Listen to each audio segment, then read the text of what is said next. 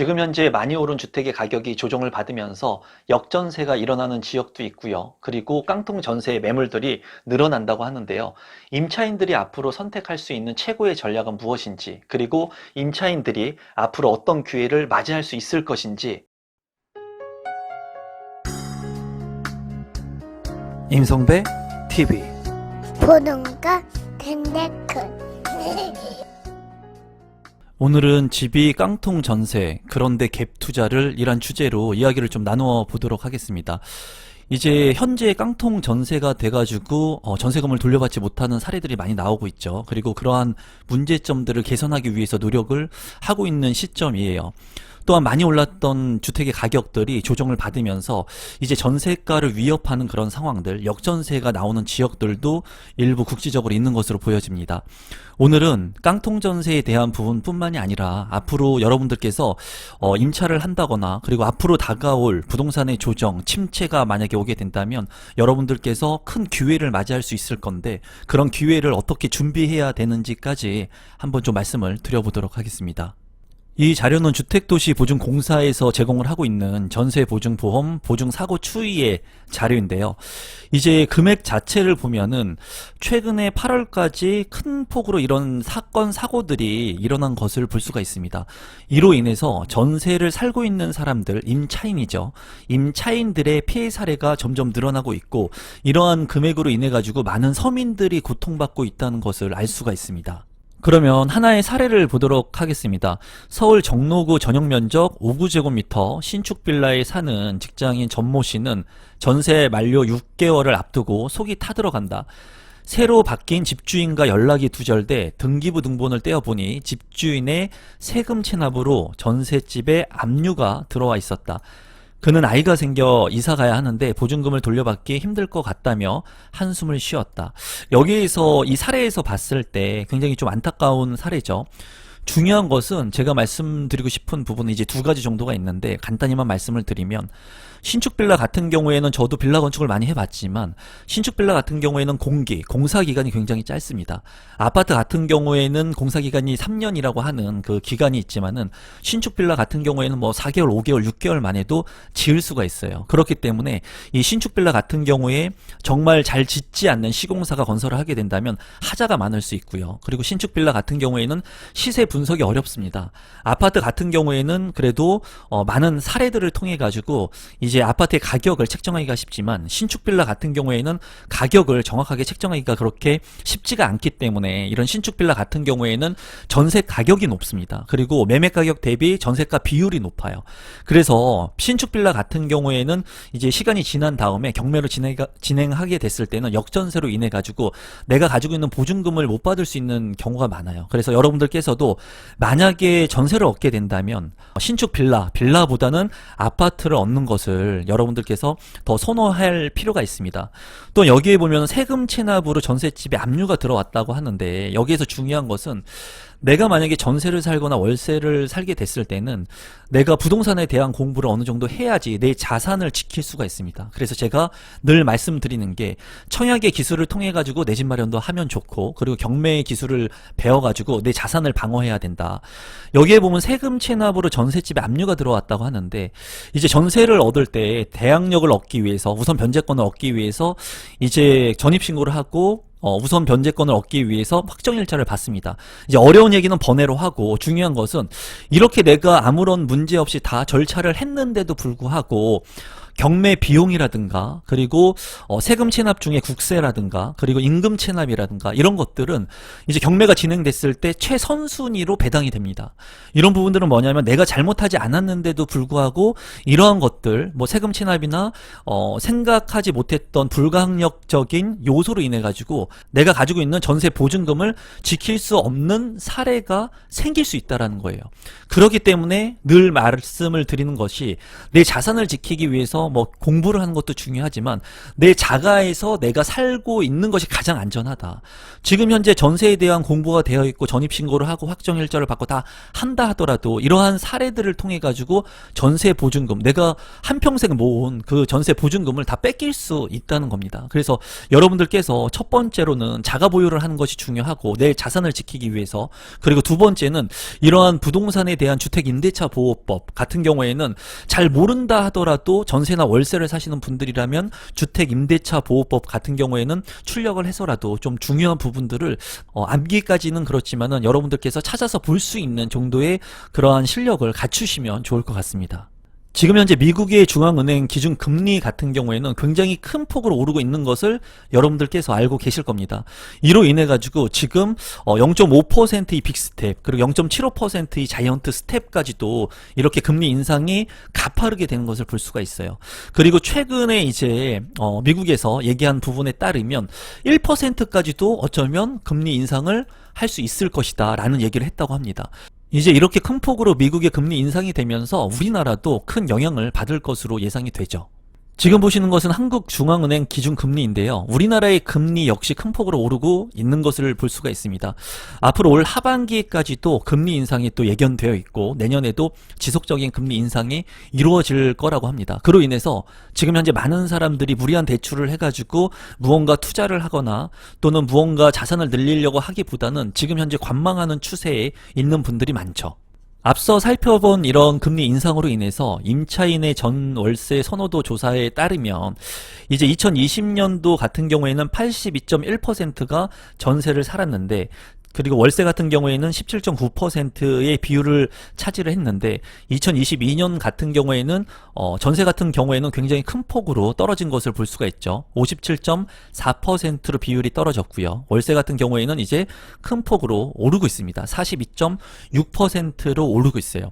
이때 당시 2020년 그리고 그 전에도 많은 부동산 전문가분들이 뭐라고 그랬냐면 전세를 살지 말라는 얘기들을 많이 했습니다. 전세를 살지 말아라.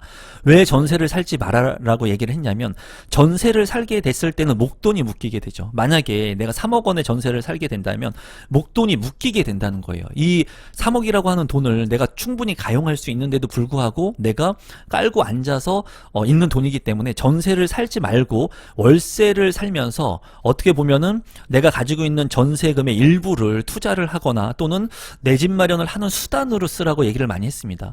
이때 당시 많은 분들이 그런 얘기들을 했죠. 어떤 얘기를 했냐면 전세만큼 안전한 것이 없다라는 얘기를 많이 했고, 그리고 월세 같은 경우에는 지속해서 매월 나가는 그런 지출 비용이 부담이 된다는 얘기들을 많이 했습니다. 하지만 지금 현재는 월세에 대한 수요가 급증을 하고 있어요. 금리 인상에 따른 부분도 있고요. 그리고 제가 봤을 때는 지금 현재 이런 전세 사기에 의해서도 이런 월세의 수요가 많다고 생각을 합니다. 그리고 지금 현재는 이 영상을 보시는 구독자분들 같은 경우에는 전세를 만약에 살고 계신 분들이라면 월세로 전환할 필요성이 있다고 저는 개인적으로 생각을 해요. 그 이유에 대해서 좀 말씀을 드리면, 우선은 월세 금리 인상이 돼 가지고 이 부담으로 인해서 월세를 선택해야 되는 것이 아니라 앞으로 만약에 주택의 가격이 더욱더 조정을 받고 침체기에 들어서게 된다면 이 부동산의 가격이 떨어질 건데, 이 떨어지는 부동산 가격을 내가 대출의 규제가 완화되고 기회가 왔을 때 살려고 했을 때 종잣돈이 있어야 된다는 거죠. 그런데 지금 현재 대다수의 사람들은 전세라고 하는 그 임차 금액에 내 자금이 거의 다 묶여 있는 경우가 많습니다. 그렇기 때문에 이런 기회가 왔을 때, 찰나의 순간이 왔을 때 내가 그 순간에 자금 활용을 하지 못해 가지고 부동산을 사거나 자산을 늘리는 그 기간을 지나쳐가는 경우를 많이 봤거든요. 그렇다면은 지금 당장은 아니더라도 지금 금리가 오르는 것이 예견되어 있고, 그리고 전세 대출을 받는 것보다, 전세 사기라든가 대출을 받는 것보다 월세를 사는 것이 어쩌면 더 저렴한 그런 수단이 된다면 지금부터라도 전세에서 월세를 사는 그런 전환을 할 수 있는 생각들을 한번 좀 할 필요성이 있는 시기라고 보여집니다. 이렇게 지금 역전세에 대한 얘기들이 많이 나오고, 그리고 월세에 대한 수요층들이 조금씩 늘어나고 있는 상황 속에서도 이 아실의 자료에 따르면 갭 투자 매매가 많은 지역들, 상승하는 지역들이 나오고 있다고 해요. 이것을 봤을 때는 지금 침체하는 부동산 시장, 조정받는 부동산 시장에서도 누군가는 여전히 갭 투자를 하고 있다는 겁니다. 그러니까 시장은 내가 생각하는 대로 똑같이 되지 않고, 그리고 나와 다른 생각을 하는 사람들도 반드시 존재한다는 거예요. 저 역시도 항상 생각하는 것이 다른 사람들과 다른 생각을 하기 위해서 노력을 하는데, 지금 현재 많은 사람들이 관망하는 이런 시점에서도 갭 투자 지역들, 늘어나고 있는 지역들을 보면은 평택이라든가 천안 서북구, 구미, 안성, 광주 북구, 김해 같은 경우에는 그래도 계약 건수가 지난해보다 올라가고 있다고 합니다. 이런 지역들을 뭐 공부하시는 분들도 아마 있으실 거예요. 투자자들 같은 경우에는 이렇게 올라가는 지역들이 왜 올라가는지, 그리고 지역 분석을 하고 호재 분석을 할 겁니다. 제가 이러한 얘기를 말씀드리고 이러한 지역들의 자료를 가져온 이유는 여러분들한테 이러한 지역에 갭 투자를 하기 위해서 이런 자료를 가져온 게 아니라, 내가 생각하는 거와 다르게 움직이는 사람들이 반드시 늘 존재한다는 거예요. 제가 똑같은 영상을 찍고 똑같은 생각을 가지고 2019년도부터 지금까지 영상을 제공하고 있는데, 부동산의 시장이 상승과 하락으로 이제 변동을 했습니다.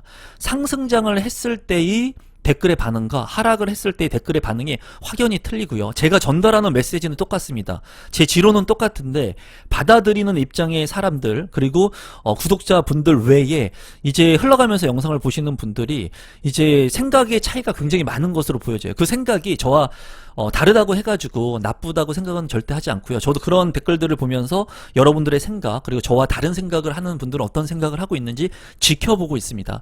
그래서 지금 현재 나는 투자를 하지 않고, 나는 관망을 하고 있고, 나는 내 집 마련을 하지 않고, 나는 여전히 무주택자로 있을 거라고 생각을 하시는 분도 있는 반면에, 누군가는 계속해가지고 자산을 늘려가는 분들이 어딘가는 있다는 겁니다. 그리고 이분들 같은 경우에는 이런 지역들을 통해가지고 지금 현재 갭 투자를 하고 있는 것으로 보여집니다. 수도권의 연시 구간별 전세가율 80% 초과한 아파트의 가구 비중을 한번 살펴보고, 그리고 전세를 어디에 얻으면 좋을지, 그러면 월세가 좋지만 그래도 전세를 얻으려고 하는 수요가 있겠죠. 그런 부분에 대해서도 간단히 말씀을 드려보도록 하겠습니다.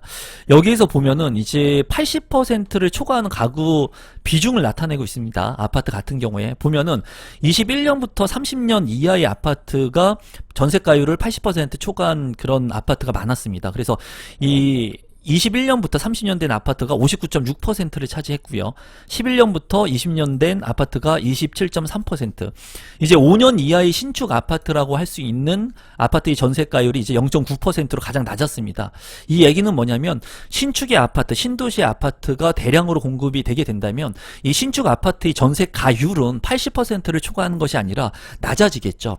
그렇기 때문에 공급 물량이 많은 인천의 지역들이라든가 수원 영통 같은 지역들, 이런 지역들의 전세 가율이 많이 빠지고 있는 거죠. 이런 곳에 신축 아파트의 전세를 구하게 된다면 기준의 시세보다는 조금 저렴하게 전세를 구할 수가 있습니다. 매매가 대비 전세가가 낮다고 하는 것은 이제 역전세가 발생할 수 있는 비율이 낮다는 거죠. 이런 지역들 같은 경우 신축 아파트의 비율이 낮은, 이런 공급 물량이 많은 신축 아파트 같은 경우에는 매매가 대비 전세가율이 낮기 때문에 역전세에 대한 그런 위험의 리스크는 피할 수가 있겠죠. 그래서 전세를 꼭 구하셔야 하는 분들 같은 경우에는 이렇게 공급 물량이 많고 5년 이하의 물량들을 한번, 공급 물량이 많은 지역들을 살펴보시고, 그런 지역들, 전세가율이 낮은 지역들을 전세로 이제 찾으시면 좋을 것 같고요. 앞서 말씀드린 것처럼 월세에 대한 비중이 높아지고 있고, 그리고 전세가율이 높은 지역들, 80%를 초과하는 지역들 같은 경우에는 전세로 임차를 하기보다는 월세 수요로 대처하는 것이 좋을 것으로 보여집니다. 결론을 말씀드리도록 하겠습니다. 앞으로 부동산의 하락폭이 얼마나 클지 깊을지는 그 누구도 알 수가 없겠죠. 만약에 이 하락폭이 깊어서 최적의 매수 타이밍을 잡을 수 있다면 좋을 겁니다. 하지만 정말 중요한 것은 이렇게 하락의 폭이 깊다 하더라도 나의 종잣돈의 규모에 따라서 이 기회를 극대화시킬 수 있습니다. 만약에 여러분들께서 마련된 종잣돈이 없다면 여러분들이 살고 있는 전세를 월세로 전환을 하면서 종잣돈의 규모를 조금 더 늘릴 수 있는 방법도 있구나 정도로 한 번쯤 생각해 보시면 좋을 것 같습니다. 마지막까지 제 영상 시청해 주셔서 진심으로 감사합니다. 고맙습니다.